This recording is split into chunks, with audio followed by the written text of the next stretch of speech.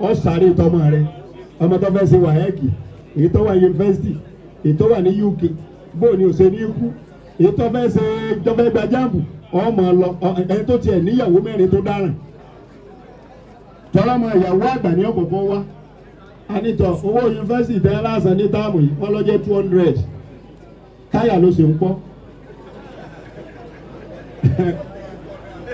táyà ló ń pọ́ fọ́gẹ́ ẹgbẹ́ títí ọ̀fẹ́ ìyàwó mẹ́rin tọ́ ọwọ́ ọmọ ìyá ntẹ́ fi mọ̀ pé kò sí sinmi ni o ìyàwó mẹ́rin lọ́fẹ́ ọmọ ìyá léwá kọ́kọ́ wá pé wọ́n léwá o owó wa jẹ́ 250 ọmọ ìyàwó kejì náà bá dé ìtààfin ní sinmi nu òun náà bá ní tọ owó táwọn ò tiẹ̀ pọ̀ 95,000 náà gbogbo ẹ̀ jẹ́ ìkẹtàdé onítọ́jú àtàwọn jẹ́ 45 sẹ́yìn lásìkò táwọn mẹ́tẹ̀ẹ̀ta ń sọ̀rọ̀ ìyàwó kékeré ẹyọ kan ló ń bí òun gbọ́nu yàrá tiẹ̀ òun ọ̀wá ní jẹ́kọ́ máa rí ọ wá fún rẹ̀ ní ó mú wá pẹ́tọ̀ léjeléje ni ẹ kọ́kọ́ yanjú ẹ̀ tẹ́ ẹ bá fẹ́ sófò bàbá ọba mi kalẹ̀ lẹ́ẹ̀kan náà. La rahata fi dunya. Are you with me all of you sir?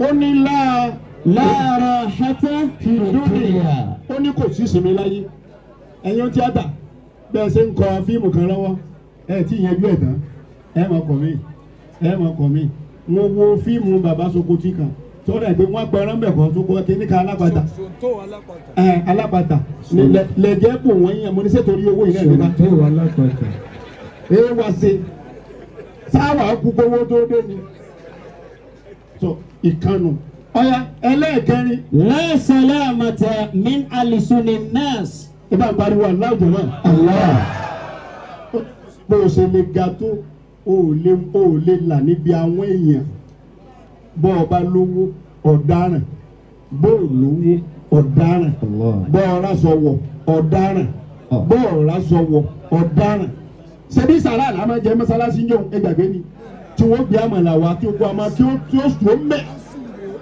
tásùrù bó gbé mọ́sà lọ mọ́sálásí àdúgbò rẹ̀. La ilaha illallah. bọ́ọ̀ bá rẹ̀ ni tí ó bọ̀ jẹ́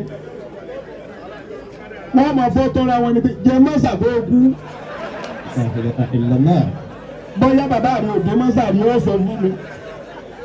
La salamata min alisuni nas. ṣé àwọn bàbá yìí ń tẹ̀lé mi sẹ́yìn tẹ̀lé mi lọ mi ò tí ì bọ́ ní wáàsí o mi ò gbọ́. La salamata min alisuni nas. aláàjì délé òdúlé èmi sọ yín lálàájì lónìí ṣé gbogbo fíìmù tẹ́ ẹ ṣe nínú àwọn èèyàn dùn sí tí fíìmù kan bá ti tà yóò sì máa bí ẹlòmíín nù ngbé mi ń ṣe wáàsí mọ bàbá wa àjà ní báàlù ẹ bá ń ṣe kúrò aláwọ̀ dẹ́ kan sí. bisimilahi rahman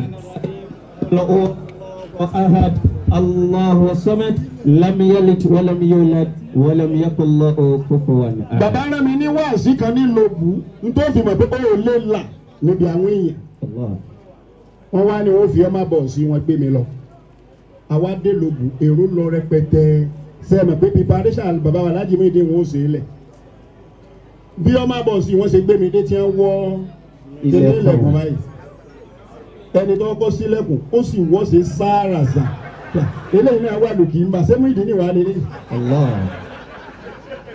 àgbọ̀n tí ọba wa sọ ẹ̀yọ̀ bá níbi wa Muhammad sallallahu alayhi wa sallam. kò sóńtọ̀ mo rẹ́ tó ti sọ́kàn mi lójú rí bẹ́ẹ̀ yá máa símú ìdí nìjẹ́ tọ́ wọn a sì kí ó níbì kan náà bí wọn náà ṣe ń ṣe náà inú ń bí ọ inú ń bá àwọn èèyàn tọ́ mo wá débi tí n ti ṣe wá sí àwọn èèyàn mo bá jókòó mo bá ọba mẹ́ta ọba kan ti bínú lọ nígbà tí ò rí bàbá so MC bá gba microphone ẹnu ẹ̀gàn ló fi sọ ẹni bàbá á fún ìṣẹ́jú mẹ́wàá fóònù mo kí bàbá wo lóòtú kí wọ́n máa wọlé ọmọ àdábá níjà ẹ bá ń pariwo aláwọ̀ lẹ́ẹ̀kan náà. Magaji ilé adé sún your highly welcome sir.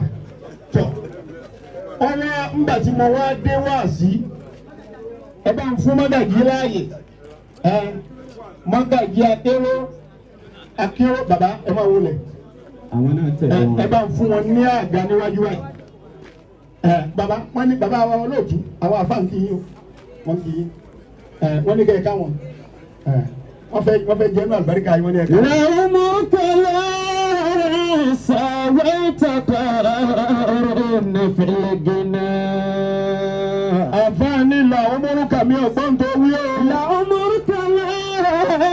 أويت قارون في الغنى alọ́ ta fún ọ bàbá olówó. لعمرك ó ṣe lára rẹ̀. لعمرك olówó èèyàn mélòó ló dìde lára rẹ̀. لعمرك